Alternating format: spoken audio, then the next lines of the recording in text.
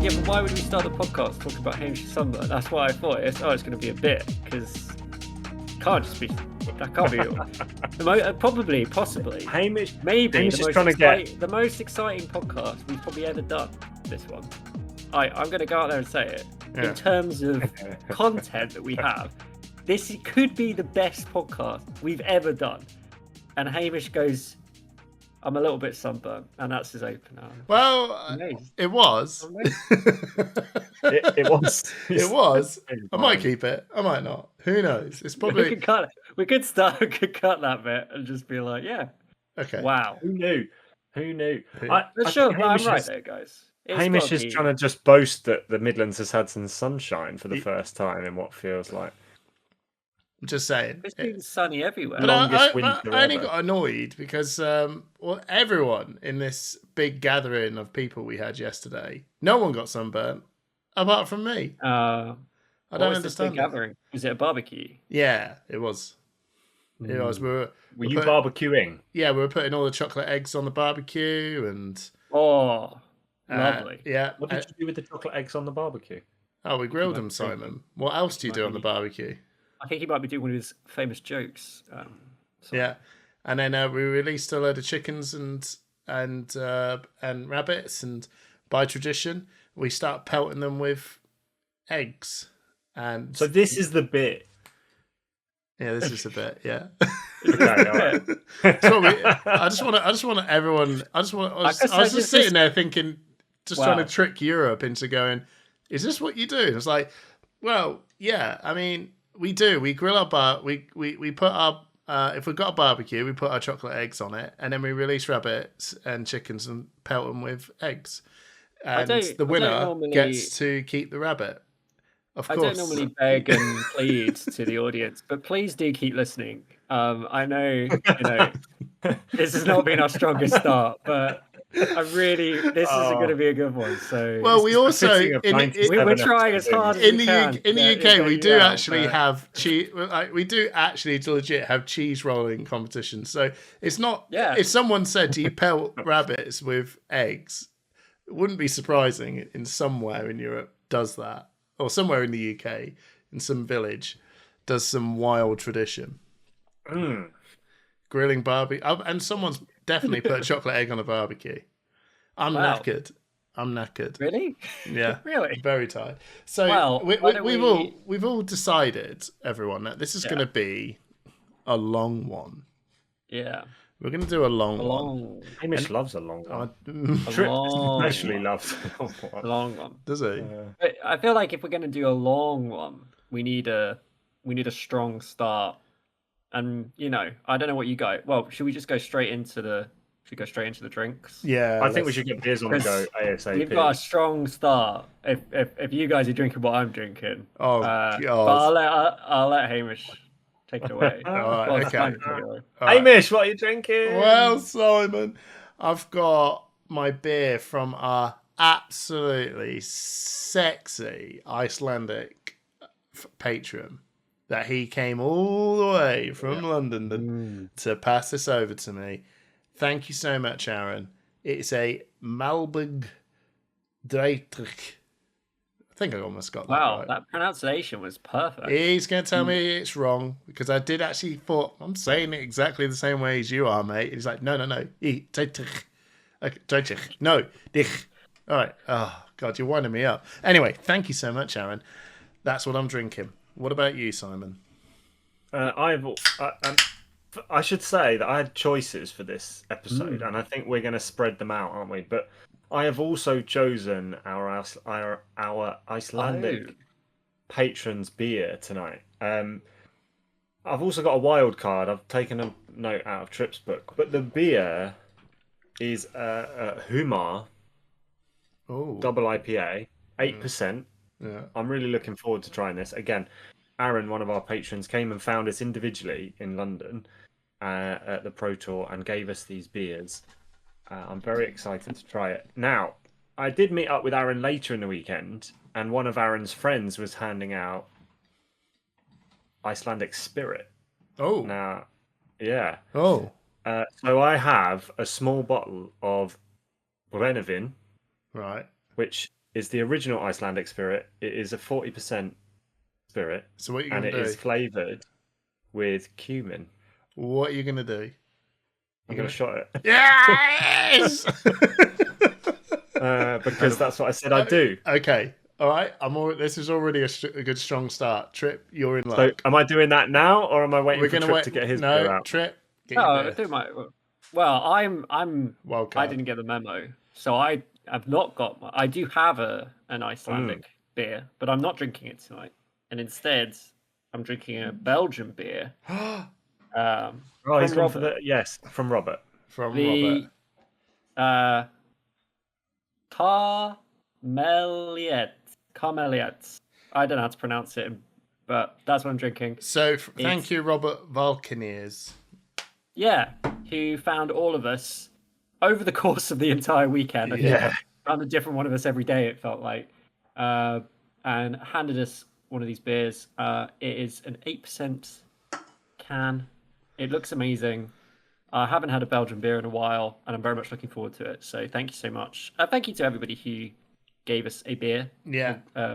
It's always I'm going to bring them out over the next couple of episodes. Actually, I've got a few to. Well, I'll save my Icelandic beer for next episode. Yeah, that sounds like enjoyed it. Right. And then I've got a glass because I thought a good beer should have a glass. A last shout out to our Geordie, who passed us a whiskey infused stout in a wine bottle.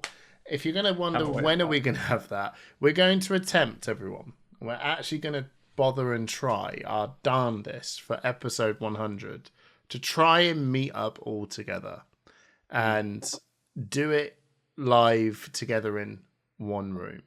And then we shall have this stout infused whiskey together. If for whatever reason it doesn't happen, well... No, we will do it. I've got a plan. I shared a plan with Simon. If we can't get it to land exactly on episode 100, got a plan. A plan that I don't know. A plan that I don't know. It's a very clever plan. Simon would agree. Simon. Okay. Yeah, very clever plan. All right. Yeah. I'll tell you later. Do you want to just tell me now? No, it's a little thing called 99.1. Yeah. And then 99.2. Trip's basically come up with the idea of delaying number 100 until we can schedule one. Little trick. That's ridiculous. Also very. Episode 100 will be so basically maybe live. But it will be in person. We'll all be in the same room. Okay, that's the plan. That's actually episode 100. Yeah, I like it. I do like it. All right, Simon, shot up, man. Let's go. I'm jealous. I wish I had a shot. I'm glad I don't. So, apparently, what is it a shot of again? Sorry, it's Brennivin. Yeah, Brennivin, which is the Icelandic spirit. It's just I think it's a grain spirit that they flavour with cumin or a similar spice. I think it was cumin. Okay, this can only go well.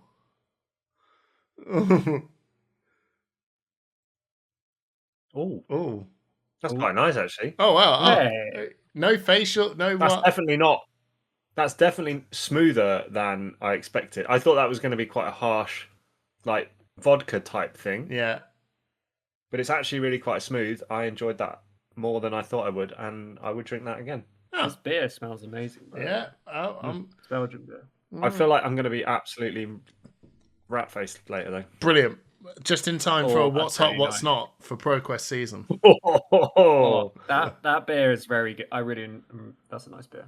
Have you got an orange in it? Just to say, though. That's the colour, mate. That's his thumb. It's very orange. That's his thumb. That's my thumb there.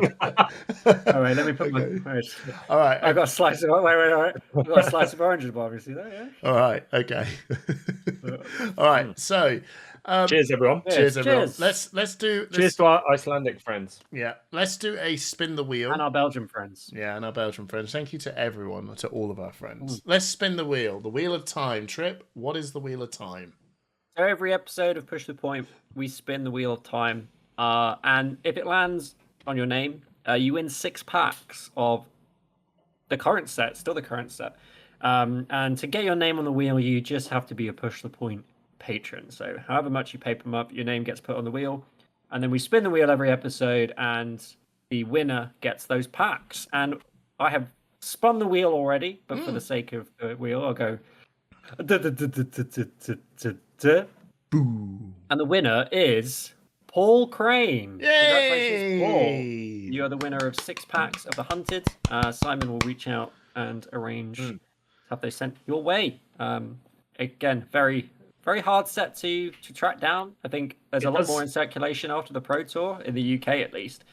But yes, I've heard that it's difficult to get hold of, so it's a good set to get 6 packs of. I mean, even at the Pro Tour, the prize wall only had foreign language, so German, Spanish, and Italian Hunted. Wow. In stock. It's interesting because I don't know whether they had cold foil versions of. No, so cold foils are only in English. Oh, interesting. Okay. Yeah, I didn't know that, and I thought that was really interesting. I didn't. Yeah. Until I opened a cold foil common on the train home, and you opened a cold foil Fable, right? Oh yeah, my last card of my last pack at Pro Tour London was cold foil Schism, which was pretty. I was so tired. I was like, oh, yeah, nice. Where did you get them from? What from the Sink Below sealed? That was it. For my 8 packs, and then literally the last card in the last pack was the cold foil Schism, and I was like, very nice. That's a pretty interesting Fable as well in terms of playability. Because it shuffles your opponent's deck. That's the thing I was. You got a cold. I can't believe that you got the cold. Yeah, I know. I was just like, well, that was nice. Wow. And then I lost round 1 and went home. Nice. Okay, got my below promo. Went home. They were like, "You're going to spend your." I was walking back with Sharif to the tube. He was like, "You're not going to get your tickets." And I was like, "Nah, I'm good. I'm done. I've got what I wanted. I got everything." But we'll talk about that later. Because before we get onto the Pro Tour, we should probably talk about the other benefits of being a Push the Point patron. We should.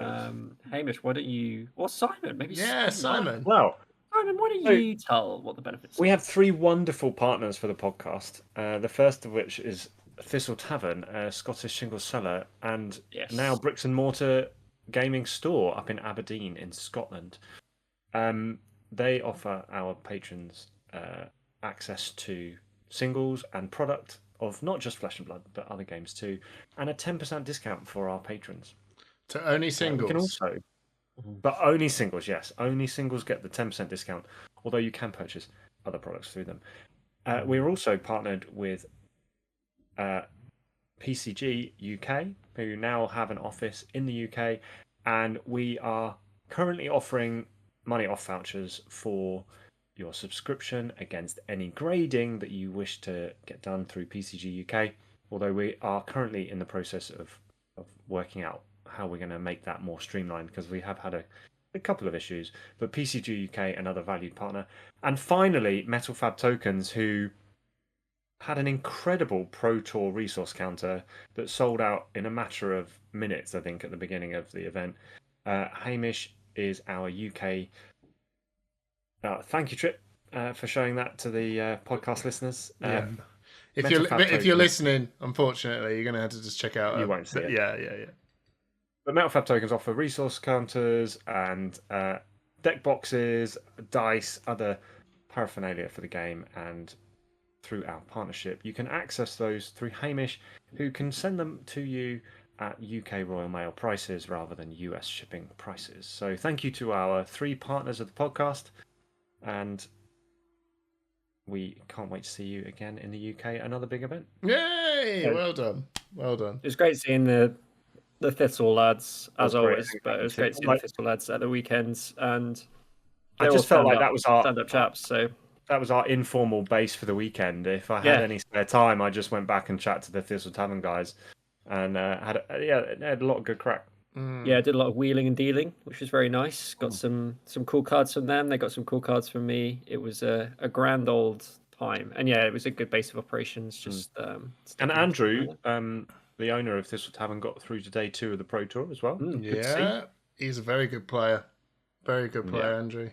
So yeah, shout out, well done, well done. So what we're gonna do is we're gonna kind of, I don't know, just forego the home news section. We'll probably just do a bit more of a story, the tales of Pro Tour, and then we'll do the tales of a bit of a rundown. Yeah, tales of Pro Tour, and then talking about the future really, and also just getting a bit hyped, like just hyped up about everything that we just seen from the announcements, our time there, and ProQuest season. What's coming up this for these next 2 weeks? By the time we come back up, Pro Tour's going to be fairly done. So there's a lot to dive in. So we're not going to be hamming on too much about our personal home news stuff. Well, I think the home news probably was the Pro Tour, though. That is like the main event of the last couple of weeks. Yeah, that and Easter, but I'm sure we all just got our eggs, had a fun old time.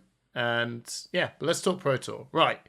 So, lads, London, how was it? City of Dreams. The City of Dreams. If I can make it there, I can make it anywhere.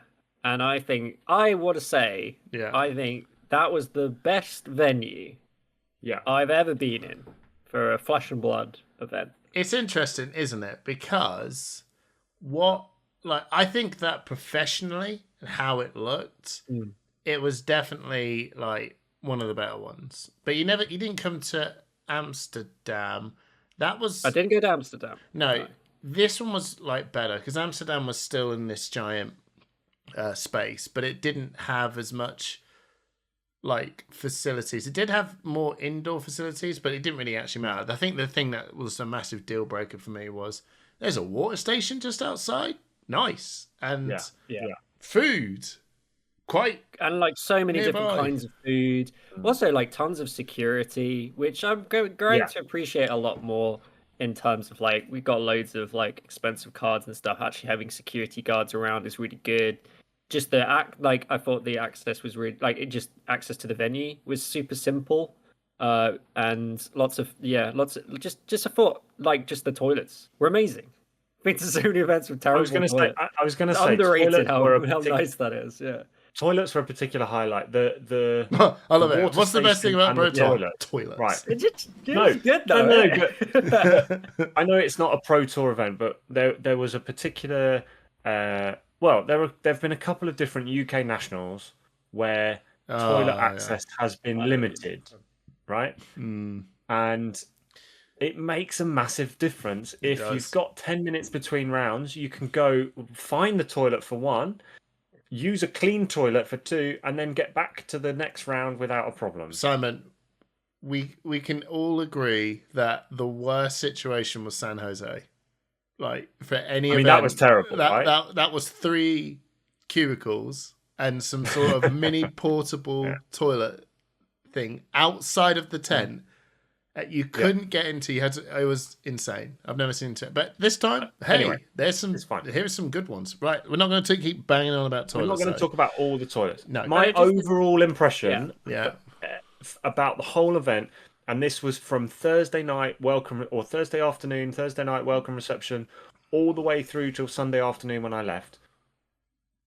The event space was fantastic. The organisation was fantastic. The facilities were fantastic. The location was pretty damn good. And the growth of this game is astounding. Like, that was a huge event. People were there to enjoy themselves. The number of people taking parts in side events was incredible. The Pro Tour was the biggest ever. The calling was the biggest ever. And it just felt so encouraging for where the game is right now. I came home feeling so positive about the whole weekend that it just blew my mind, really. Yeah, no, 100%. I think the whole thing was really good. I think London is, to be honest, I sit there going, but London's expensive. But I think everywhere they slap it, it's going to be expensive. Although I thought that Barcelona was something a bit special.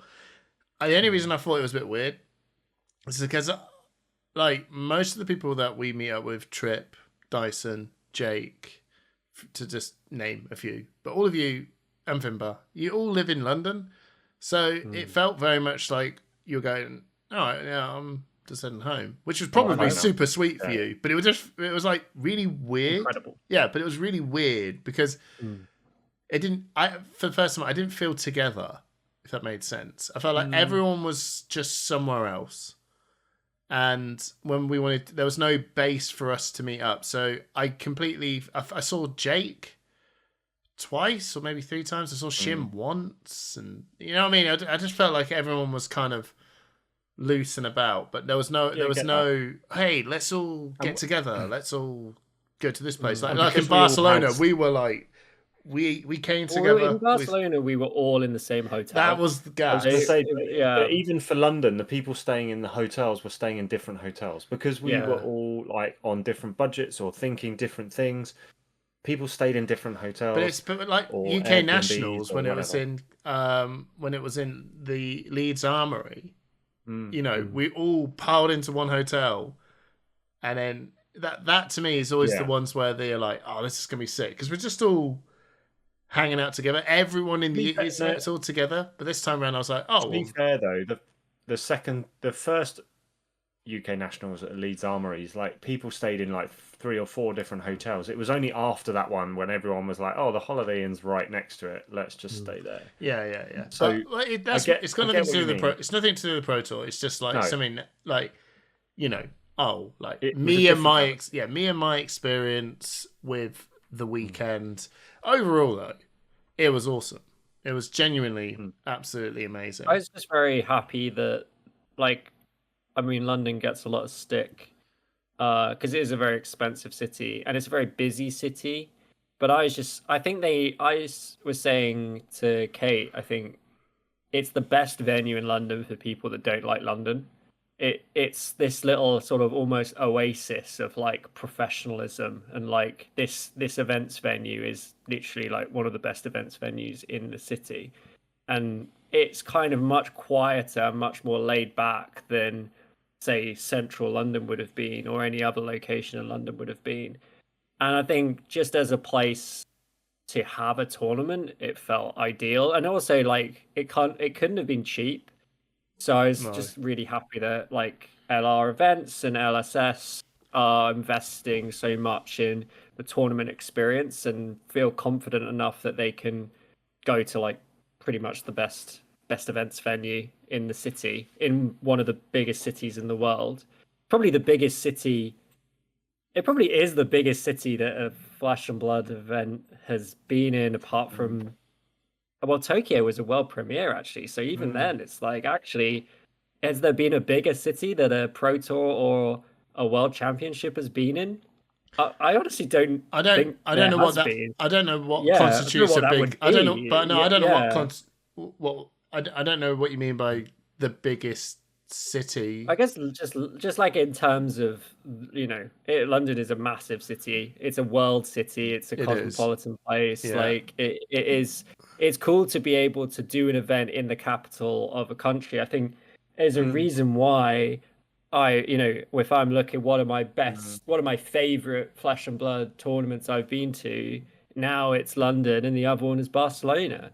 Because those cities are amazing and they're lively and they're interesting and the food is pretty banging. Like Barcelona food was so good, man. That was amazing. And cheap as well. But like, it's cool, and I'd like to see more. Like, I think Osaka. I didn't go to Osaka, but I imagine that was equally as amazing, being in like a similar kind of thing.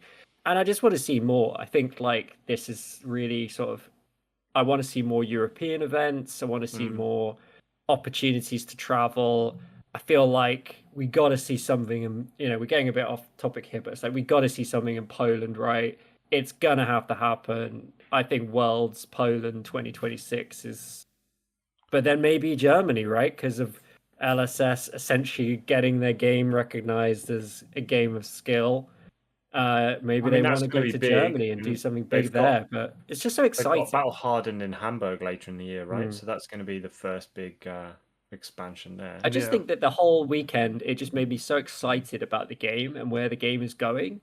Like, I'm not in a position to be like topping events and like putting the time in to be doing that, but I just feel so excited to be part of the game, and the direction it's going in feels so good and positive, and exciting. I know I'm saying exciting a lot, but it was just a very invigorating weekend. I think I came out of it being like, man, I really want to play a Pro Quest. Yeah. Not because I want to go to Singapore, but I just want to play more of this game and be part of this. Be part of it. Just keep doing these big like these exciting tournaments where you play great games, and it's just like, yeah, this is awesome. I think it says a lot that 4 years doing this, and you still go, man, I'm hyped. Let's go.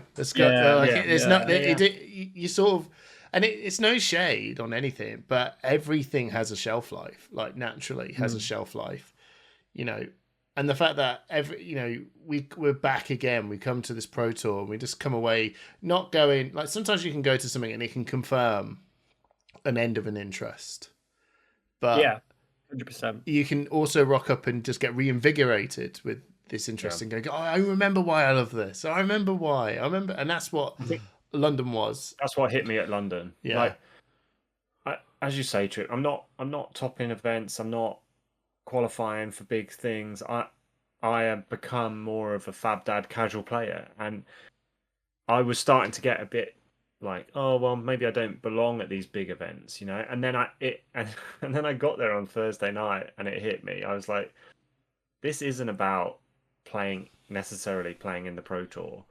This isn't even necessarily about playing in the calling. This event is just the atmosphere. Like it's a gathering. The atmosphere, the gathering, like festival the community, the festival of this game. It was just, and it hit me as soon as I walked through those doors. It was like, wow, like I've missed this. I've missed being around these people. Yeah, 100%. 100%. So I also want to do a big shout out, obviously. Well done to the GOAT. It's undisputed. The best player, the best player in Flesh and Blood, Pablo Pinto, facing off against second Pro Tour. Yeah. It's his 3-time Pro Tour top 8er, 2-time winner, and he's won it twice. Yeah, ridiculous. it's crazy, and probably a little sneaky shout out as well to Max as well, who was the finalist. Who I think stole the meme win for sure with his video thing with the 2 thumbs up wink.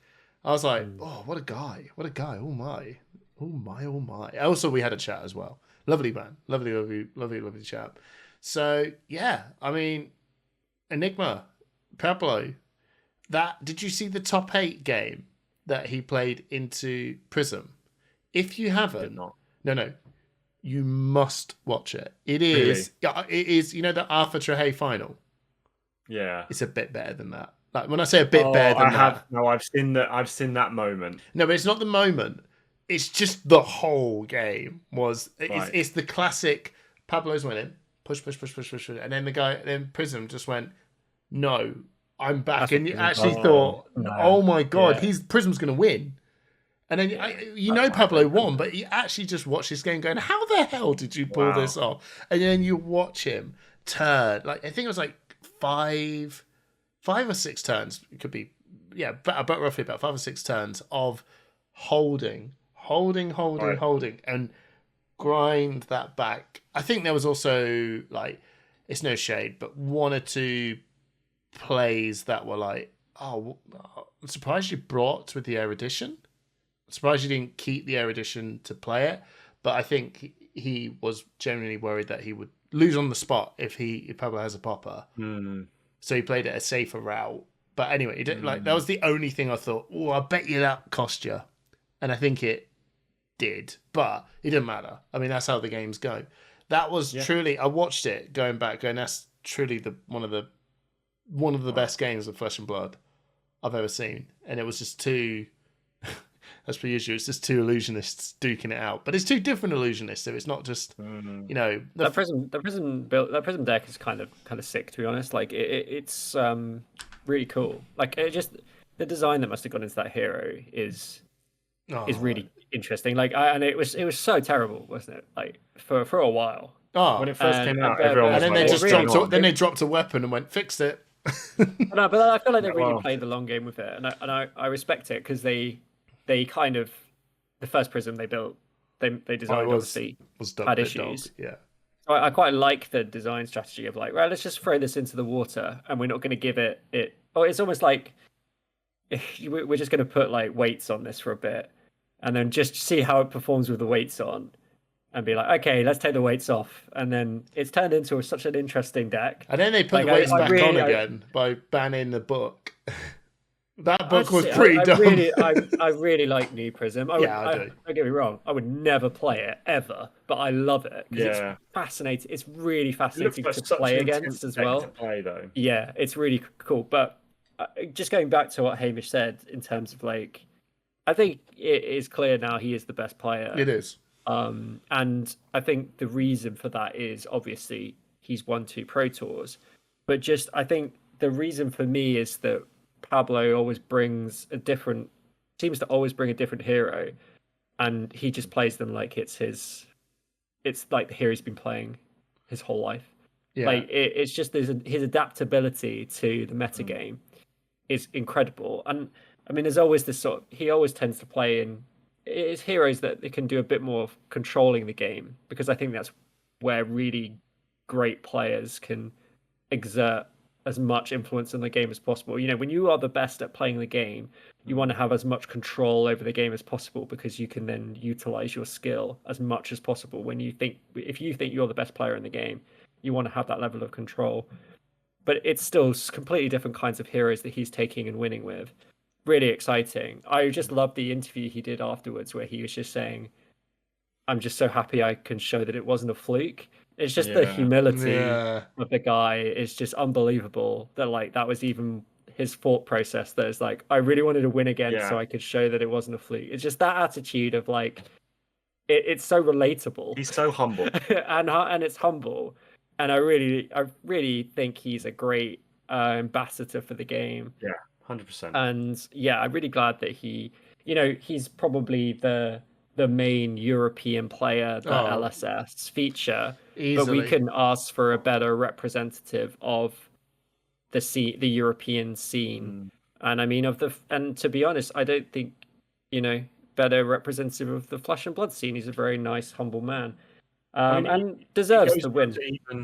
It goes down to even if you approach Pablo at an event, he's always got time for people. Mm-hmm. Like, he's always surrounded by people. He's always willing to talk to people. And he's not like, he doesn't think of himself as someone special in the game. He's just happy to be there and be playing as many games as possible. And you're like, this is awesome. Like, this is the guy that you need at the front of the charge for Flesh and Blood competitive play. Big time. So yeah, massive shout out. Hopefully as well, I'm going to be sorting out an interview for episode 9 of Calling EU. Check it out. And the 2 guests should be Max and Pablo. Amazing. So they'll be bringing their topics along. So keep your eyes out. Just still trying to sort it out, so we'll see where we can go from there. Right. So well done to the Pro Tour. We'll save the heroes bit afterwards. Well, I was going to like, why don't we talk about? I feel like there's probably I've definitely got like one aspect of the Pro Tour I would really like to talk about. I feel like Hamish, I imagine you've got one aspect of the Pro Tour that you would really like to talk about.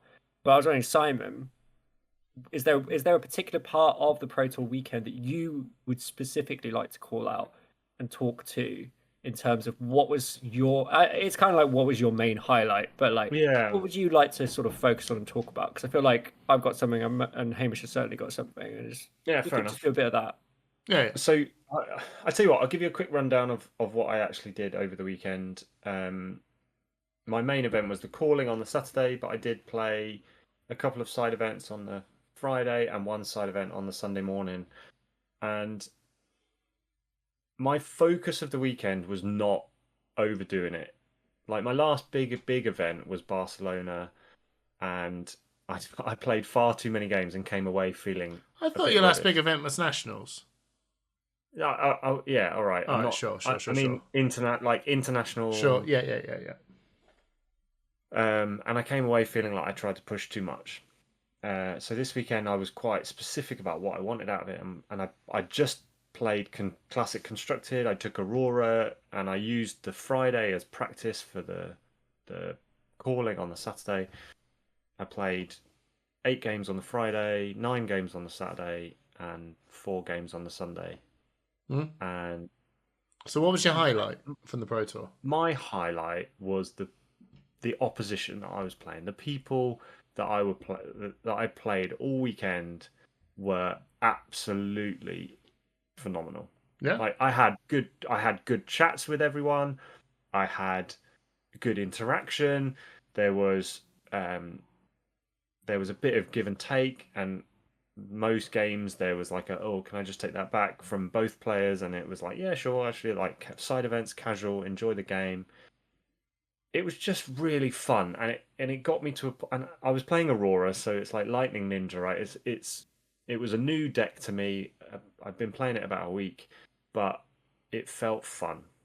And every opposition I play, I didn't play many Aurora mirrors, but every other opponent I played was just like, this is why I play the game. There are decision points that matter throughout the games. There are plays from the opponents that make me think, wow, like that was a really good idea. And I just really enjoyed sitting down from people from all over the world and finding out a bit more about them, a bit more about their Fab history, a bit more about why they play the game, and then just enjoying the act of playing a game. I do want to give a couple of shout outs. One to Patrick from the Bristol area, who was my last game of the weekend. He played a Verdant, and it was such a swingy game, but he beat me to go. He went 4-0 in the side event on the Sunday morning, and it was just such a fun game. Played in the right spirit, and it was just a really fun way to end the weekend. Another shout out to probably my worst game of the weekend was the worst game. Yeah, no, my worst game, as in I you played terribly. Okay, yeah. A guy called Jacob from Denmark who played. It was round 2 in the calling. I lost the mirror round 1. Round 2, I get paired against a Dorinthia, and I'm thinking, right, I'll sideboard aggro, and it'll be Dawnblade or Dorinthia. It wasn't. No, it was. Bro, decimated Dorinthia.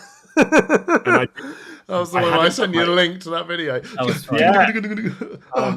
I hadn't put my exudes in. I hadn't put my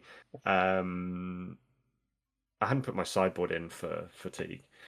So within about 5 minutes, I knew that I wasn't getting anywhere in this game. I did play out most of it. I had 10 cards in deck when I said, like, I've had enough, I concede. Yeah. And but it was played in the right spirit. It wasn't a bad game to play. I think that was the highlight of my Pro Tour here in that game. No, it was when we had it happening to Sharif as well. Oh no, yeah. That was the highlight. Was watching Simon. I walked over to Shin. It basically happened at the same time as well. Yeah, Shin was. I walked over and I went, "Oh, did you lose?" I was like, "I don't need breakfast." And then I walked over to Simon and see you do the hand on your head thing, and I'm like, "Oh my god, there's croissant and coffee. I'm invigorated." Yeah, love it. All right. Okay. Yeah. So the people were my main highlight for the weekend, because the atmosphere, the way people were playing, it was amazing, and it reinvigorated my flesh and blood love. Trip, your highlight. Well, my highlight was playing the calling, which, if you're a regular listener of Push the Point, I did say for multiple episodes in a row that I was not going to play the calling. I know where this is going. I already know. Well, basically, I went to a armory on Wednesday night at a place called Spellbound Games. Day before Pro Tour. In Elephant Castle, so shout out to them. They put on a draft, which had 32 people at, which was pretty hype for just an armory draft. Just sold out an armory draft with 8 pods, which I went 3-0 at, by the way. But the main thing was my final game. I was playing against an Australian guy, and I was talking to him, and he was like, "Oh, are you playing in the Pro Tour or the calling?" And I was like, "Oh, I'm not. I'm playing in the side events." And he's like, "Why are you not playing in the calling in your hometown?" And he was like, "I've traveled 20 hours on a plane. I'm jet lagged to fuck to be here." And I was like, you know what, dude, you kind of have a point. So I messaged these exactly guys what I said. Well, you were very Hamish. Right. Yeah. You can't step in at this point. Well, we'll get to that in a minute. But essentially, I messaged these guys and was like, guys, I'm gonna play the calling. Yeah. And I did, and I genuinely, I think it was one of my most enjoyable experiences, because I think the thing I am at now is that when I play Classic Constructed, I'm literally playing my favorite hero because I play Ira. And I just feel so much more comfortable playing that hero. It's just so relaxing.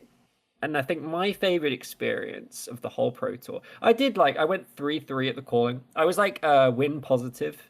So I was like, I lost my first round and then I won the next two. Then I lost one, then I won one, then I lost one, and I dropped it through. I said to myself, I'm just going to drop at X3 and try and keep my elo, because elo is a nightmare at callings. Which I'm glad I did, because I lost a ton of elo, even with a relatively good, win, and I was just, but still lost like 30 elo. But my favorite game was an Ira Mirror. Man, that game was fun. I just love playing an Ira Mirror, because I'm just like, man, you are gonna lose this game. Like, it just like, as soon as I sat down, I was like, dude, you've got to be really good. All right, Mr. Modest. And then he blocked with a lunging press, because I went first, and I saw him block. I saw the lunging press and went, no shade. This game is over. He was great, actually. He played it really well, but I saw him block with a lunging press, and I was like, dude, you are losing this game. It's just satisfying feeling in Flesh and Blood to be like, man, I feel so confident in the mirror. Like, I do think this a lot, and I think that was what can come from, which is what I've done a lot, which is playing the best deck. Is that when you come up against the mirror and you lose the mirror, it's so demoralizing, because you're like, man, I'm losing the mirror. It's going to be tough. And I imagine, Simon, it's similar for you, because you came to Aurora quite late, and it's like, well, it's you will win mirrors, you will lose mirrors, but it can be quite demoralizing when you're in that position. You're like, if I can't win the mirror, it's really tough. That's an interesting thing in Flesh and Blood.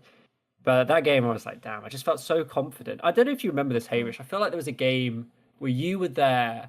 It was Kingdom Gaming, funnily enough. Yes. Oh. And I was so locked in playing like an Iron Man. I watched you play. I knew you would remember this. I was like, I'm not too... I don't get locked in. I remember. But there's the occasional game where I'm like, I watched so locked in. And I watched you play, and I generally went, I don't think I'm that good.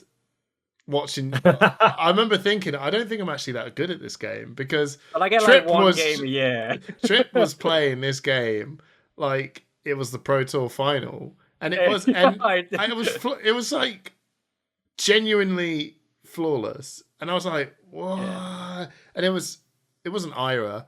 It was Katsu. It wasn't a mirror. I was playing Ira and they were playing something else. It was like it wasn't Blitz. Game. Was it Blitz? Oh, I think it was Blitz. Yeah. Oh, was it that Kingdom Gaming event where they mixed Blitz? No, and CC? It was no. It's just a random event. I remember, and then I lost the next game against Matt Fox or something in the top 4. But that was the top 8. Wasn't that wasn't it a Tales of Aria pre-release? Oh, maybe it was. I don't remember. I genuinely don't. But I was pretty sure I was playing Ira. It could have been a skirmish.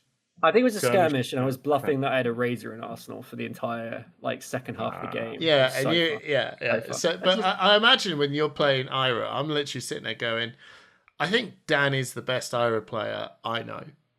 You are the best. So there was because CC Ira is quite different, but But it's like me and Viscera. You just know. You just know. And you're confident in your deck building decision. You just know. It's the only deck that I build myself. Yeah. And I look at the Ira decks on the purple Discord. And you just know.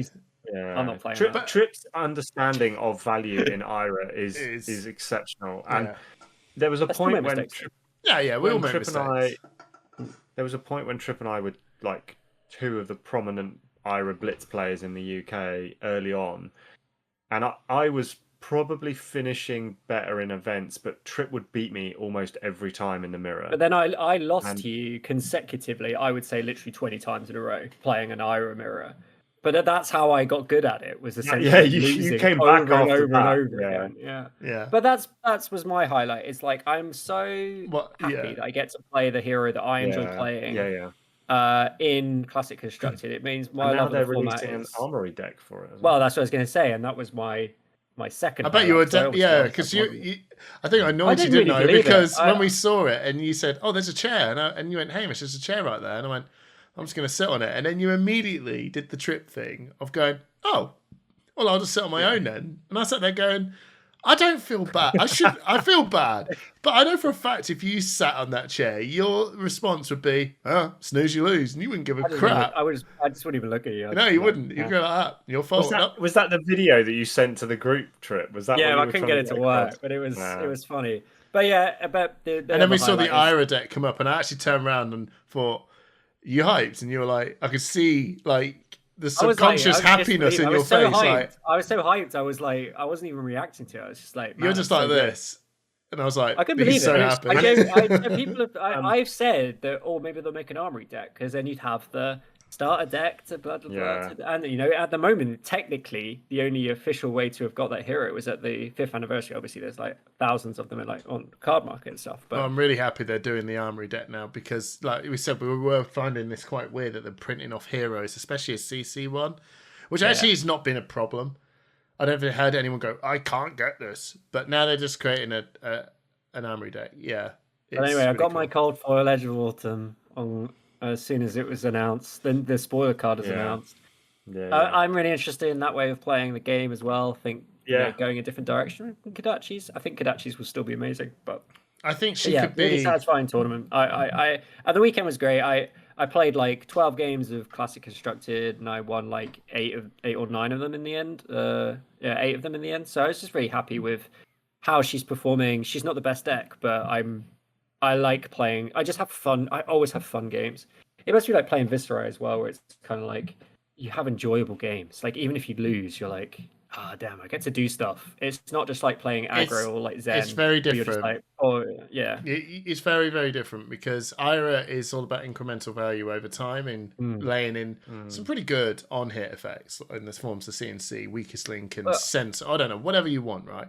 But Viscera's biggest thing is just going, I don't know, have 25, and you go, this is beautiful. And sometimes you had to do some jimmying with creepers or whatever. You had to do some jimmying just to make these powers go nuts. But yeah, I know what you mean. This is also something that I saw someone else say, and it's like Ira makes good cards great. Yeah. And that I find really exciting from a deck building point of view because there's so many because she also makes not that great cards good. And that's really interesting because you can always go into February and be like, let's have a little look just in case there's something I've forgotten that becomes a lot better when you give it 1+1 power. And there's things, and there's some interesting new cards. It's a fun hero because every new set there's always something interesting you can try and factor in, and so satisfied she's in CC, and it makes me really excited to play the game. But that was my highlight. Was playing the calling, having a great time, trading lots of cards in, getting lots of bling from Thistle Tavern, really blinged out my Ira deck, which is very exciting. But Hamish, what was your highlight? I mean, is it what I think it is, or was there something else? Because I feel like there's one obvious thing which was clearly a highlight, but maybe there's something else that actually you also enjoyed. So go ahead. My highlight was receiving my chocolate from Josh Scott. That was your highlight also winning a bet by any chance? With that was good. But it wasn't a highlight because I knew we'd win anyway. That was just Matt Rogers just decided to give away 50 quid. I went, I was like, you sure? What was the bet? What exactly was it? Okay, there was no bet. There was no bet. No, we don't bet on we don't bet on flesh and blood. We were simply having a conversation where we saw the top 8 of the Pro Tour. We had 3 Canadians, 3 Europeans, and 2 Americans. I said, I feel bad for those Americans and Canadians because, they travelled all this way and they're going to lose because Europe always wins. And Matt went, I don't know, bro. I don't know. These Canadians. And I said, I actually wouldn't be too disheartened if no offence to America. No offence. I mean, this is just, I said, I actually wouldn't mind Canada winning. In fact, I was actually really proud Canada actually just slammed. Like that's like the most unsung bit of this whole Pro Tour is Canada showed up really strong, and they do, but they don't with always. Prism. Yeah, no, the Americans brought Prism. Oh, I don't know. I honestly can't remember. Well, no, the Canadians had the Aurora deck, didn't they? Yeah, the Canadians brought Aurora, and I think one of them brought Prism. Anyway, so Matt Rogers said, I'm banking it on the Canadians. Tarek Patel was there, we're rooting for Canada. And I said, bless your heart. So I said, Europe's going to win it. I never doubt Pablo Pinto. No. He's in it. And I banked it on the Europeans, and then we agreed, if any of the Americans win, no one wins. Right? And so we just left Saturday on that. So I was skipping along to my Battle Harden, thinking I'm £50 up already. I wouldn't have cared. You've already plus. I'm already plus. In fact, I just said Matt Rogers just paid for my Battle Harden event at this point. No, it was a fun bet. I actually thought, you know what? If I lose, who cares? It would have been fun. I love the banter. I think if you're ever gonna give it, you got to take it. So if Matt Rogers came out to me going like, "Mate, where's my money?" I'd be like, "Yeah, I love it. It's all part of the joy." Anyway, so I'm not going to go on too much about it. I've released a video. So if you haven't checked it out, I did a whole video about my Living Legend experience, and getting to the top 4 of the Battle Harden was like really, really good. It was very special. I took out quite a lot of amazing pro players in the game on my route there. I have to say, Trip, that having you with me throughout a couple of like near the tail end of the rounds during the Swiss was like genuinely like one of my highlight moments of the whole thing, hanging out, because I've generally felt like I had like everyone had someone else just with them, and then sometimes when we're playing events, we're not always together rooting for each other. And I remember you saying that like we're back when we were all going to do the calling together.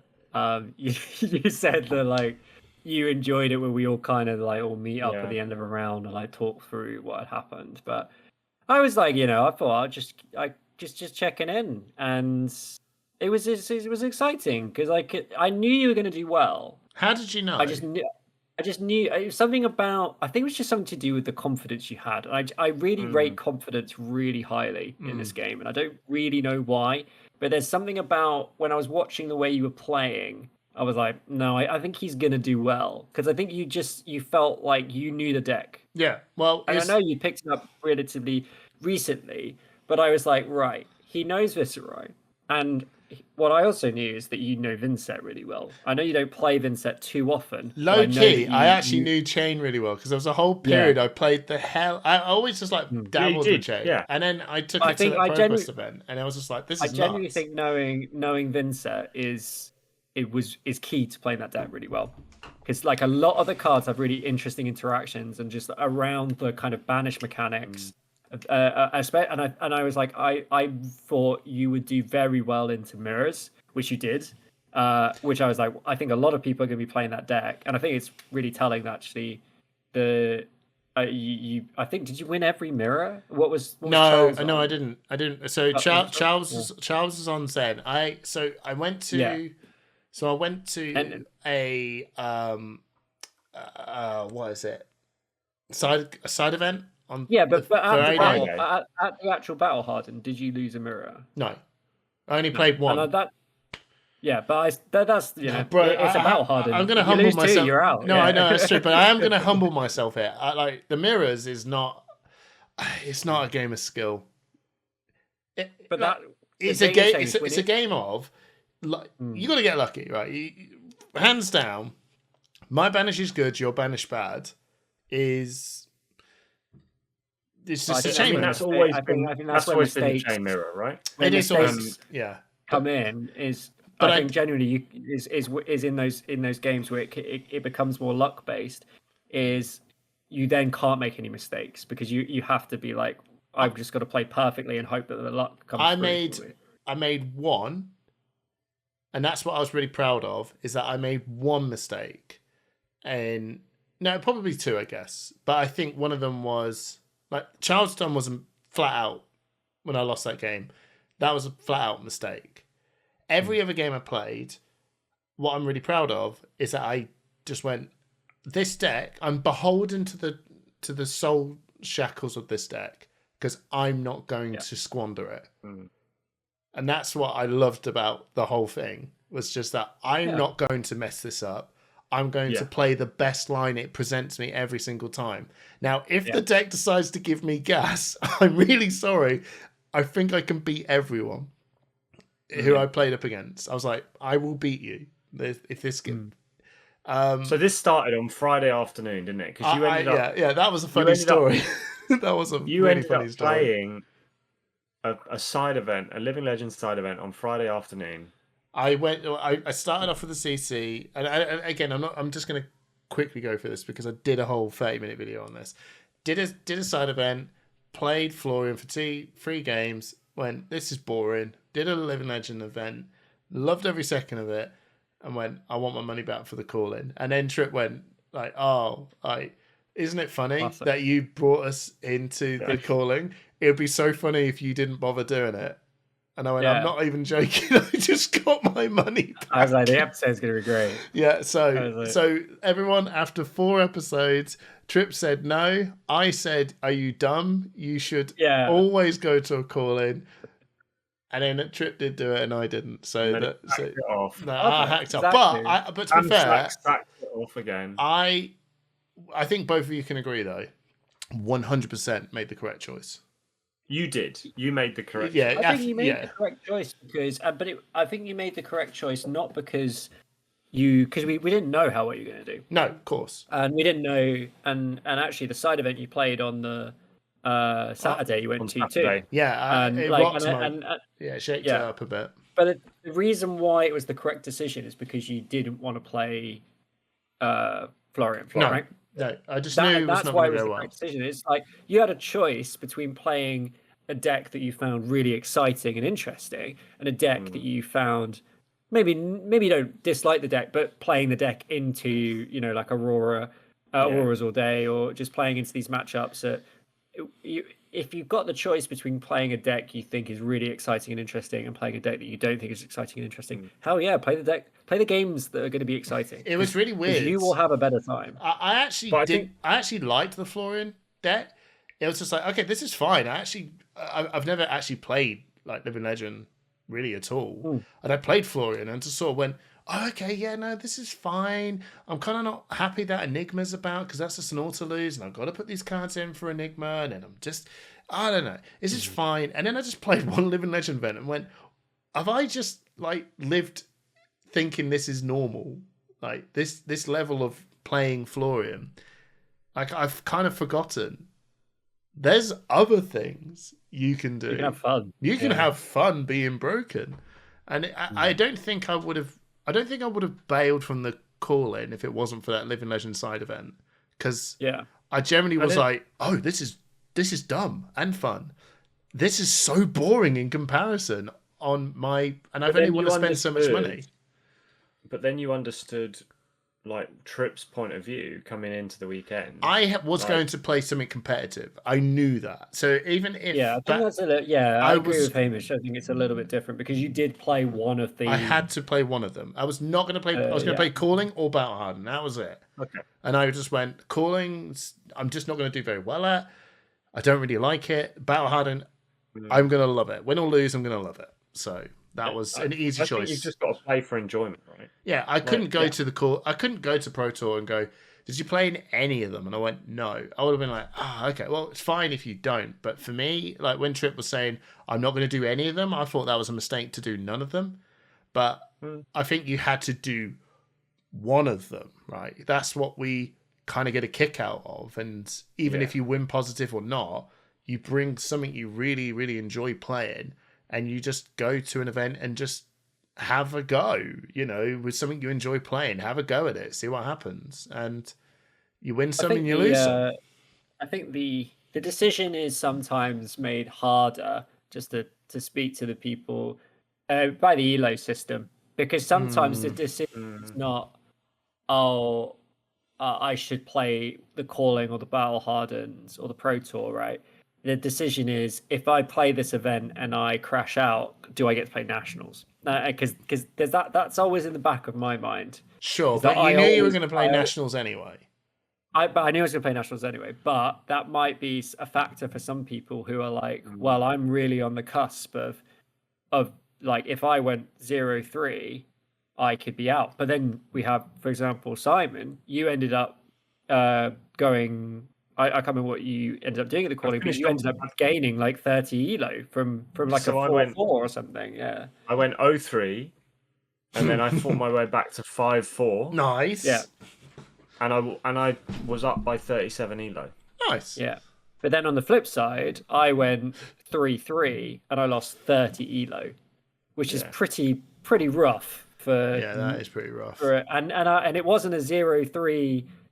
No. Scrape my way back to 3-3. This was like, I was still live until the game 6, right? Like I was still X2. I don't want to going into game 6. I don't want to tell you how much elo I got. Well, I mean, you got like 70. Did you do all right? Right? Yeah, I did crazy. I played up against that. Battle Hardened multiplier is not the same as no. It's pretty high though. It's pretty high. It was a times 6 multiplier. And it wasn't that; it was the people I played up against. Yeah, that tournament was stacked. That tournament was insane. So I'll give out my read. So round 1, Damien Medhurst. I didn't get something too high. I didn't know the dude, but he played Dromo. Then I played Charles Dunn. I lost, but I only lost 1.4 elo because it's Charles. That is amazing. Because it's Charles Dunn. And then I played Callum Elcock. He was on Lexi, won that, so that was 6. And then I played Florian Christian Logan, like Florian. Oh wow! Yeah. I'll win that 12 elo. And then I played Alex. Then I played Alexander Vore. No, all right. Yeah, okay. 14 elo. Okay, yeah. All right. And then I play into Philip Van Donsela, which is I win that, so 9 elo. And then my last round was against Jesse Huddock, who's, I think he's American, probably sound American, but or Canadian, North American. I won that and got 8 elo. And then I played up against I can never pronounce his name. Jean Chacon, which, by the way, got absolutely beefed up by Daniel Correas after I won the game. Got 10 elo from that. And he just goes, by the way, he's one of the best Spanish players in the game. And I went, oh, okay, no pressure. And then I lose to Jacob Clements and literally just lose 6 elo. So in total, I got a net of 60 elo. And I was on 100. I was 100 and something in our British elo ranking. And I went, let's have a look. Like I just went, just leapfrogged right in front. And I was like, damn. I just slayed on the elo. So for context, my first round loss, I lost 20.59 elo for that. And that was a great game. It was Ira Vincent, and it was really good. It was a close game. But I was like, wow. And so my 3 losses, the lowest I lost was 16.8. And the most I gained was 10.9. Yeah, that's actually why. It's so swingy. But my final round. You gotta deal with it. Yeah. My round 9 of the Calling, my opponent was a no-show. Oh. So I was 4-4, and then I turned up for my final 9th round, and my opponent was a no-show.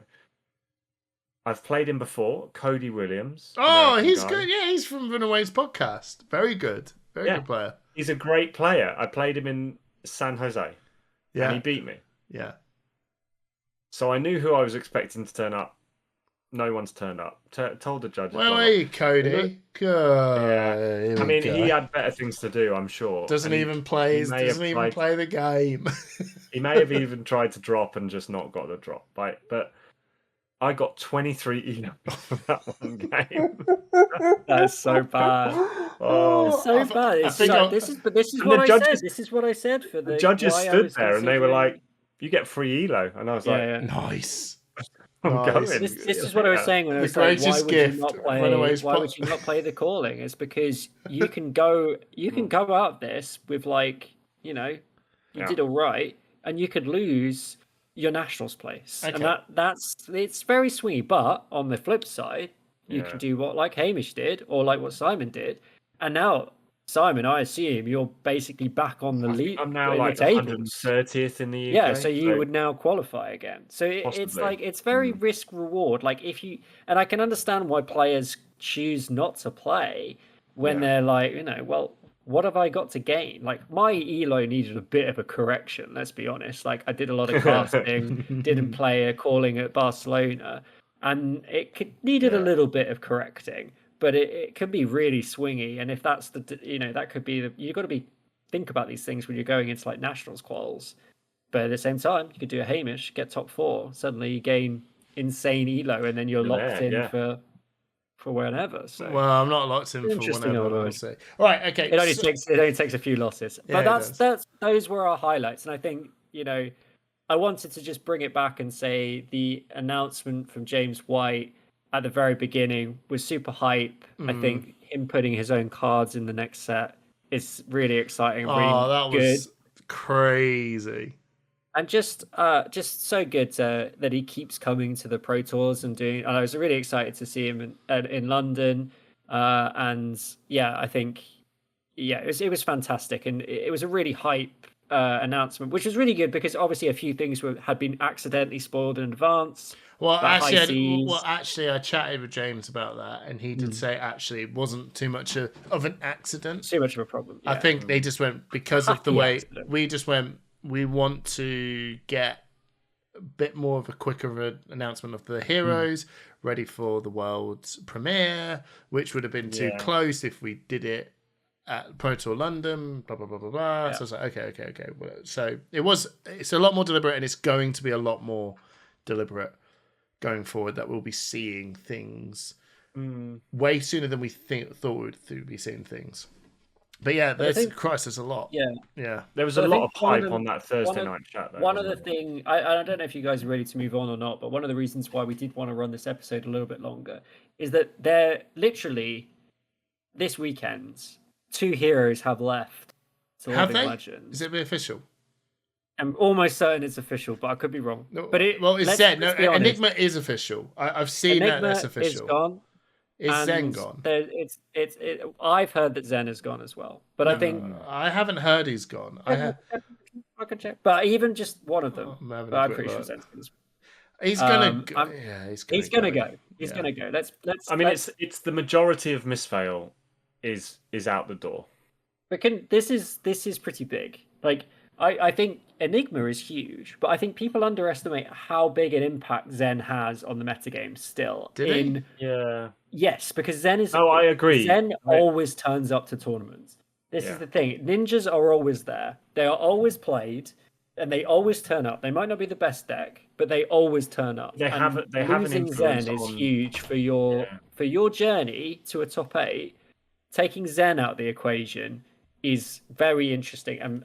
But I'm interested to think about like what this is, and is this a Florian? Is this an opportunity for Florian to really come into the meta? Because Hamish, you were saying like you didn't want to play into Enigma, and now Enigma is gone, and obviously Aurora.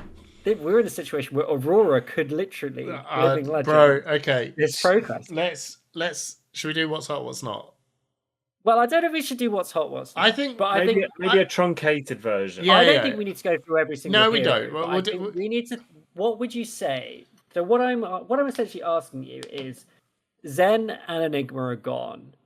What does a top 8? What does a top 8 at a Pro Quest look like now that Zen and Enigma are gone? Oh man, that is the question I'm asking you. What does that look like?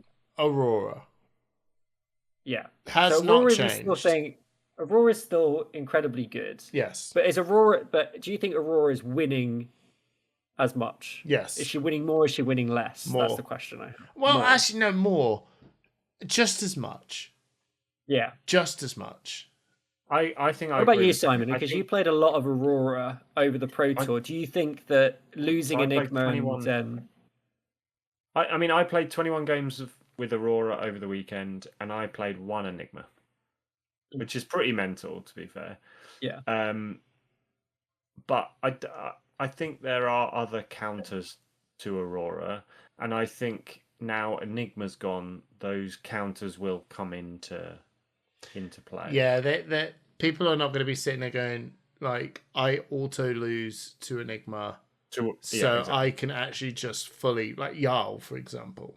I can commit to playing against these aggro decks. Yeah, 100%. So, but I think Enigma is still going to be the post, isn't it? Like, there's always one hero that is the post that we draw everything else from. Aurora's still, like, I think she's kind of like KO. Do you remember when the heavy hitters met and it was KO? Yeah. He is the best hero, but really beatable. Like, I think that's the mark of a good. I think that's the mark of a good meta leading hero, though, isn't it? Like when KO was here, he's not oppressive. Aurora's not oppressive. Well, if you let her off the hook, it's like there's moments, but yeah, I know what you mean. It's not like Zen back in MST where it was just like, what is this? What do you do? Like Aurora can have a good turn for sure, but she's not doing Zen-like turns when they still had all of the all of the crazy stuff, right? But I think the Flicker Wisp Art like combo is still a thing. Little side note: is this bad? We had a first strike deck into an armory deck into a see you later. I think that's... And then she's going to see you later. Yeah, I think that's actually marketing business. I'm pretty quite tragic. I didn't invest in all the lightning cards. yeah, I think it's pretty tragic. But still player and blitz for a little bit longer. Yeah, but that armory deck, bro. The armory deck was interesting. I think they didn't expect her to be as well. I we guess don't they had know. A plan, we could do a KO again because remember we all turned around and went and said KO. This is a problem. You just released an armory deck, and your hero's gonna I think they wanted an armory deck because it made so much sense from a new player experience. But the hero was already really strong, and then the additional tools just really took her over to like best deck and format kind of territory. And that's been the problem, is that she's winning and she doesn't really have a obvious, like we said, decks can beat her, but the ProQuests and RTNs can be a bit of a wild west where, LSS can design the game perfectly, and that means at a Pro Tour, Aurora loses.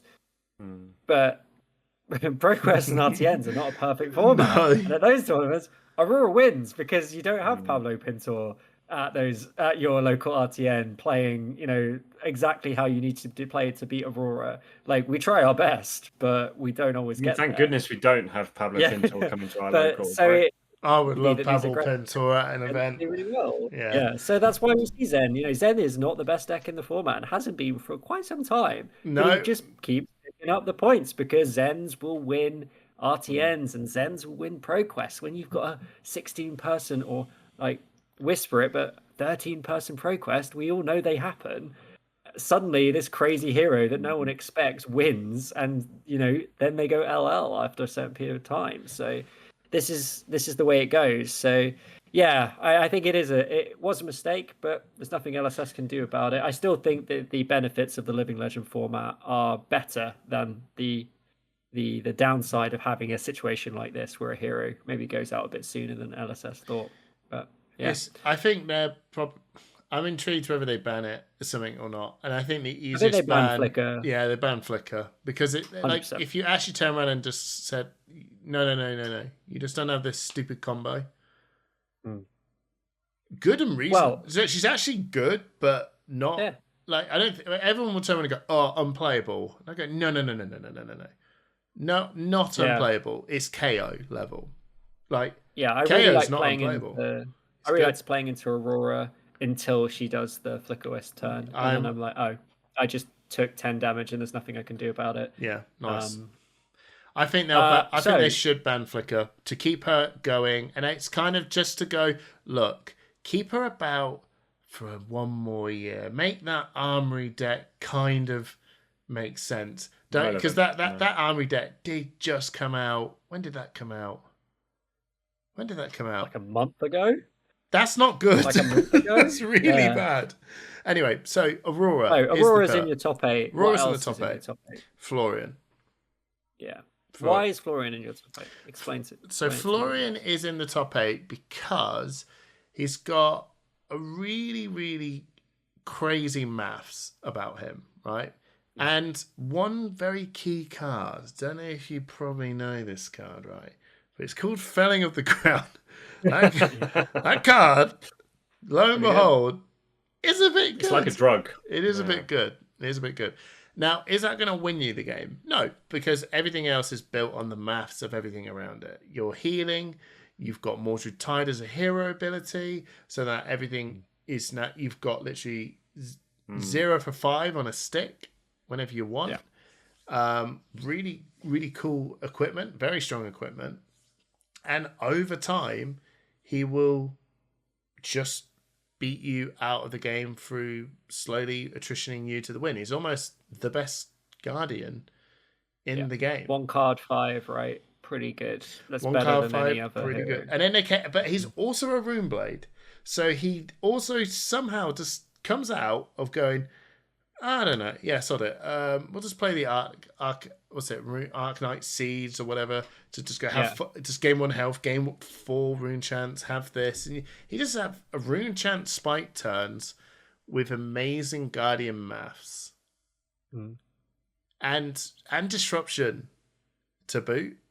That, like the Summer's Fall to go, do you have an aura? No, you don't. Okay, what? Just don't have it. Don't have a card. Don't have an arsenal. Oh, you got Channel Lightning Valley? No, you haven't anymore. No, you don't need that. Yeah, just stuff like that, and you go, wow, that's really strong, and just create very good blocking ability. So Enigma's gone. He's just like, oh, bro, this is great. It's like it's a net benefit to him. Yeah, I think, and he's doing well, and I think this just makes his ride to the Swiss much easier. And he was low key still winning a very good amount of events in the RTN season when Enigma and Aurora and Viserai were about, and he just got a healthy number. And I think people were rightly criticizing, saying, what is he doing? Because Viserai, Aurora and Enigma just genuinely feel just way more amazing. And it's true. It's very, very true. But I think he was targeting stuff like Syndra's and News. He was like low key, just Syndra fell off so bad. Oh, I just went hello, goodbye. That was like the flashiest weekend ever, and then gone. It's wild. Kind of felt a bit like Azalea, or maybe not as bad as Azalea, but who knows? Azalea was around. Azalea was actually doing. Azalea's got the points. Azalea was doing great for a while. She really racked up the LL points. She's just gonna sort of waltz away silently out of here. I feel. Anyway, so is there any objections to what I'm saying about Florian? No, not at all. No, Florian's up there. Okay, next one. Jarl. I'd love to see Jarl. Okay, I just don't see it. Jarl. So what didn't you see, Simon? I think Florian does Guardian better than Jarl. Do not discount Heart of Ice. It is a drug. When Mikey said he was playing Jarl, and he said, I beat every Florian player because I just go, so what I'm going to do is activate Heart of Ice and watch you go, so do I have to pitch one to play all my defense reactions? Yes, mate, you do. Oh, no. That's fair. It's fair. Blizzard is also pretty great against Channel 8 Aurora Frigid as well. Channel 8 Frigid and Blizzard is pretty nice against Aurora. Aurora, the easiest Oakenhold hero in the game. Aurora still does pretty well in Jarl. No, she doesn't. She doesn't have a good time in Jarl at all. I think you can build it differently, but I think. Bro, it's just loads of reds and yellows, and he goes, "Here's one Channel 8 Frigid." Yeah. Oh no! I've got to pitch for a. This is. I also think Jarl benefits quite a lot from the loss of Zen as well. I think Zen was a really weird ninja with such a high density of blues that actually Zen played around Blizzard and Channel Lake Frigid. Maybe not Channel Lake Frigid, to be fair. Like that. No was one plays difficult. around Channel Lake Frigid. But played around Blizzard and plays around Frostbite really, really well. And honestly, like kind of just wants to set up a bit, so doesn't mind the game having a slow start and then just going crazy because y'all can do some cool stuff with the kind of if they pop helmet and then you Blizzard and put the Frostbite in the helmet spot. But when Zen can get these blues, it does really well. So, but I actually think that Zen going is really good for Jarl too, because I think it was a really rough matchup for them in the Swiss to just come up against the resident ninja player on Zen and just be like, and it was an auto loss to Enigma. So good. Yeah. So I like the Jarl pick. What do you think about Victor? No. I think Victor's good. I like Victor. No, New is pretty rough. New is an immense problem. Now, why is New not a problem? Do you think New is back in the top 8?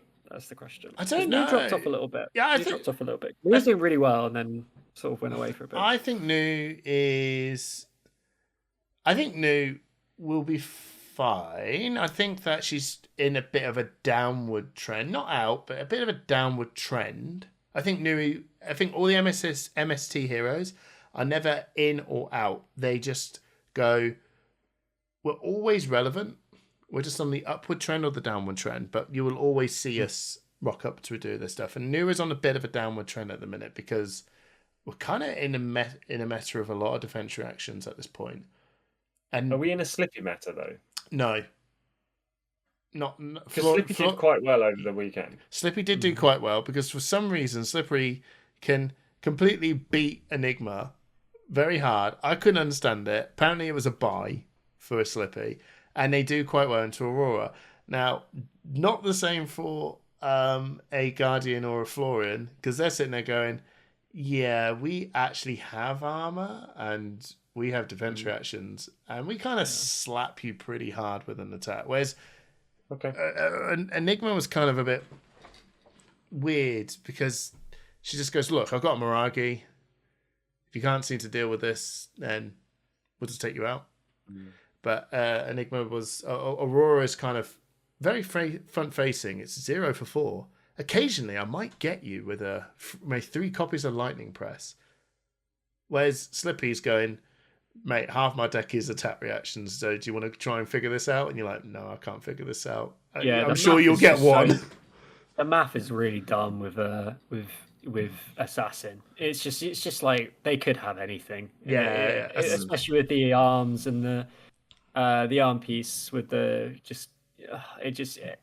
got that +1 sitting around in the game all day where you're like, even if I can work out what you got in hand, you can always go one more once. But it's rough. It's rough. Victor, I think Victor is in the spot of. I think he's fine. He's fine, totally fine. Completely auto lost to No, but he is just clash.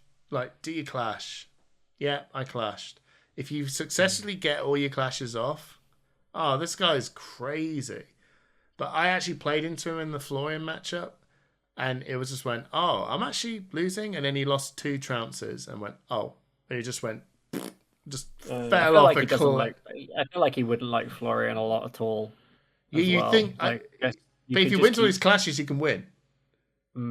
Like, I actually thought if you won all your clashes, I don't think I would have won this. But I won, like, because he's got some non-attack action card. He flips up, and then he just happened to go, no, I'll trounce. I'll put that down to the bottom, and I flip up again. And for some strange reason, I had an Autumn's Touch, and he had a 5 cost, and I went, I won that. And he went, yeah, they like the 2 cost 5 go again if you've pitched a card with greater power. Yeah, I've seen that knocking around, but that can screw him. Well, so I'm not rating I'm not rating Victor at the minute. Okay, no. But you're rating Jarl, so we're saying. But I'm rating Jarl because his blues are terrible. Jarl, we're saying Florian. Prism. Oh, Prism, yeah. I don't know. I love Prism. No, I don't know. I don't want to play it, but I think it's cool. Prism is so if we're talking ProQuest, Prism, man. Prism eats people who don't know what they're doing. I think if you can play Prism to that standard, you've got to. I think if you don't know what you're doing, you lose. I think if you haven't, I genuinely think it's so bad if you don't know what's going on and what they're trying to do. Yeah. It's really hard. No, you need to know the matchup. I really think. I don't rate Prism. I think it's a great Swiss deck. No, I think it was a great Pro Tour deck. I don't think it's a good Pro Quest deck. Like, I think that the Pro Tour was like, okay, so I got a load of Heralds. That Aurora, you won't pop. And Enigma, you won't pop either. Like, you just can't pop this. You got all your 6s are illusionist cards, so you can't pop my stuff. Now, don't get me wrong, I think, like, library is what Prism needs. But now you got Jarls and Florians and Poppers and we'll talk about Vincent in a minute. Yeah. I just think, nah. And I watched all the players turn around, and it's a very, very solid strategy. You block the first Herald. You block the first Herald, because then they can't go fetch a thingy to pitch into do the Angel. 100%. Then they go, oh, okay, I blocked it or popped it. And they go, okay, then I send the second Herald. And you go, yes, the second Herald does not have go again.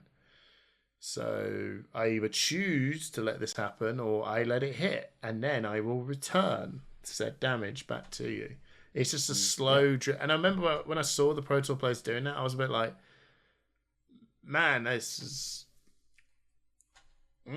it's fine, I guess. But I think as well as you see more heroes that run 4-block cards, which I think you'll see more of now that Enigma's out, and we can see some Guardians and some Florians and some more defensive decks move in.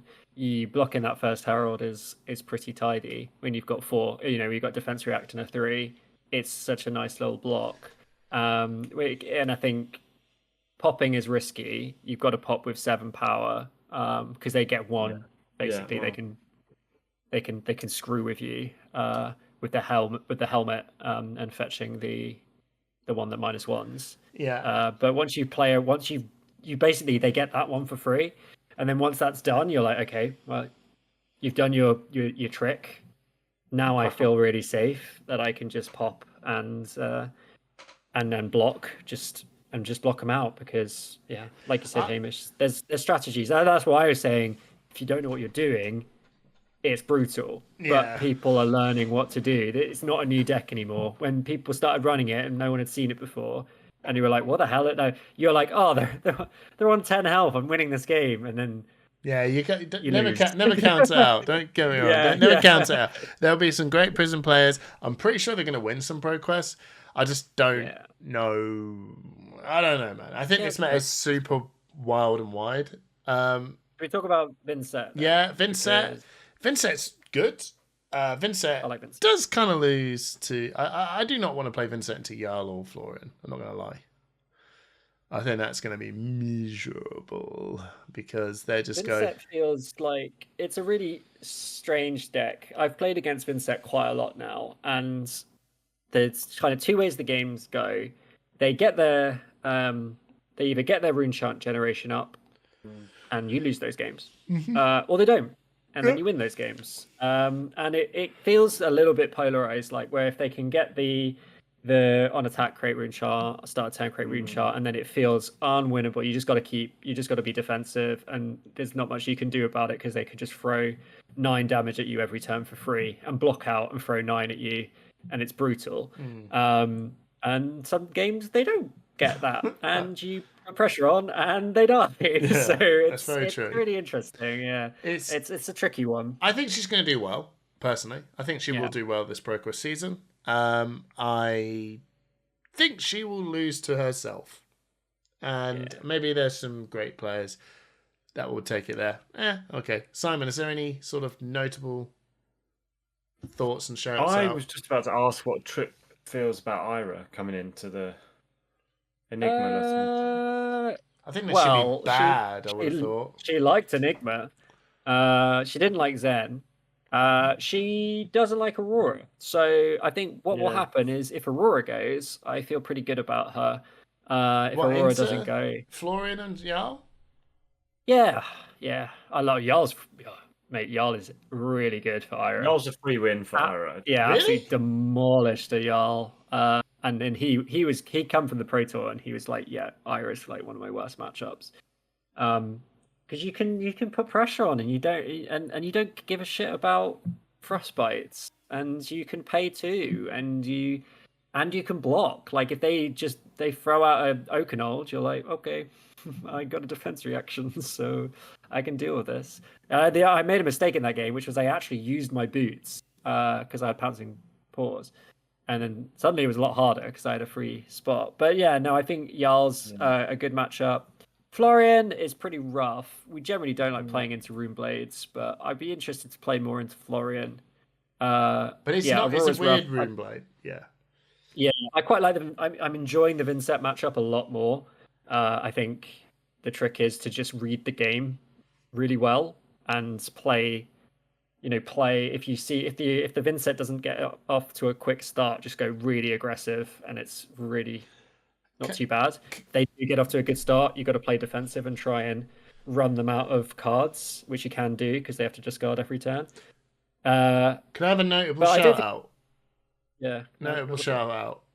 Fang, that hero that I said was. I haven't seen it. You don't see it. I want to play it. I want to play into it because everyone's like. Decimator, great act. No, not that. Not that meme. Jeez, that Gregov's just shows up and went. Insert I'm gonna warrior name Decimator Great Axe deck. Yes, I love that deck. No, the actual. I've been told that the Fang deck against Florian is really, really, really rough, and I haven't found it yet because people keep saying to me that you can't fatigue Fang. Yes, I have, but I don't know whether I'm just playing run-of-the-mill Fangs or not, but yeah, I have told some great players at the Pro Tour, like, Fang just doesn't seem I just fatigue them. They're like, it's unfatiguable. I'm like, oh, well, okay. I mean, I did. I mean, there's only so many times you can swing your dagger and have to play an attack reaction. It does run out. It generally does run out in the end, and then one day your fealties will pop because you run out. Yeah. And then you got to pitch. I think Fang's an interesting one. I enjoy playing Ira. I don't think she's the best deck in the format at all. I'd be really interested to see what we get in the Armory deck and the way direction they go in. When's that out? July, after Nats. I really was hoping that it would come out before Nats and see you rock up to Nationals. I would have loved to have just come with some new stuff. Yeah, that would have been really cool. But yeah, I think the main takeaway is I do think it will shake up the meta massively. Enigma is huge. I think Aurora could win one of these battle hardens, and I think she could be gone. And I think before Nats, which would be really crazy. Okay, that's the thing. Didn't have Aurora at Nats. What will happen then? I think that'd be a really high chance that will happen, and that could really open up the field a lot. And then we got High Seas. Yeah, I think High Seas Necromancer is kind of interesting. Yeah, I think especially if we move in a Guardian direction and then Necromancer comes out and suddenly here's a bunch of dudes. Yeah, Syndra. Yeah, Syndra, Katsu, Phi. There you go. No. See, I don't know why you doubt Phi. I don't think Phi's. I think Phi's actually. Phi's pretty good into dudes. Oh, Phi is unfatigable. He is not fatigable. He is the one ninja you can guarantee will never get fatigued out of the game whatsoever. So I don't know. I actually think might be the Phi might be coming back after Aurora's gone. There's going to be a spicy pick for the ProQuest as well. I think Phi's a really good ninja. Phi's better than people think he is. Yes. I would play if I was going to play a draconic ninja right now. I think I'd play Phi rather than Syndra. But Phi lost a lot. This is the thing. No, yeah. Art of War was doing some pretty heavy lifting in Phi. Yeah, but we're losing a lot of power now. Anyway, right. Anyway, well, let's we can't keep talking all night. It's been a long one already, like this. But... I'm up for a long one, and then he found out he wasn't. No, and then I drank bloody double shot of spirit. Yeah, you're nuts. You're like, oh no, lads, it's got a night out. That's like 1 o'clock. Well, I hope people enjoyed a slightly longer episode. We had a lot to talk about. We weren't talking about Pro Tour. We want to talk about changes, but hope people enjoyed it. And yeah, just a huge thank you to everyone that came up to us at the Pro Tour and just said that if you enjoyed the podcast, or just said hi. There was a load of people that just said they really enjoy listening to the podcast, and that's really great for us to hear. So thank you so much for your support, and thank you everyone who gave us a beer.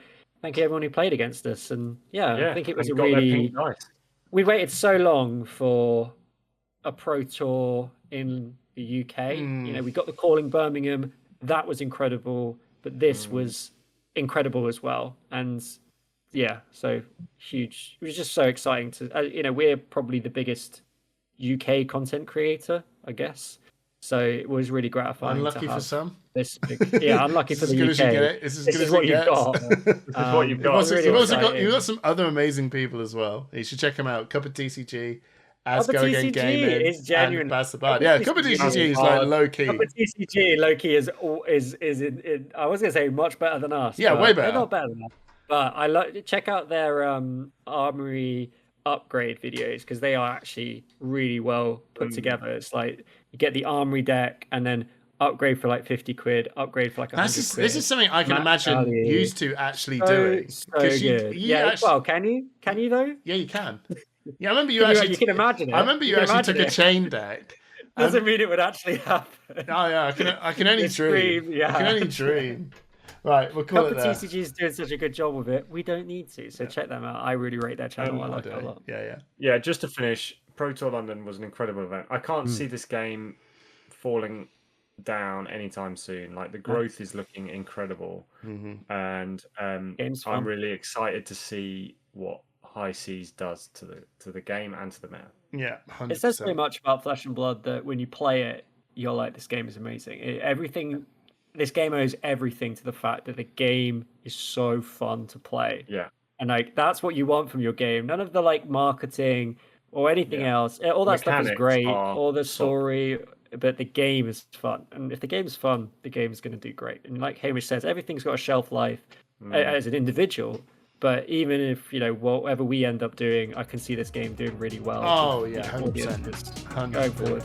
And that's so exciting. So, yeah, amazing. Thanks, everyone. Thank you.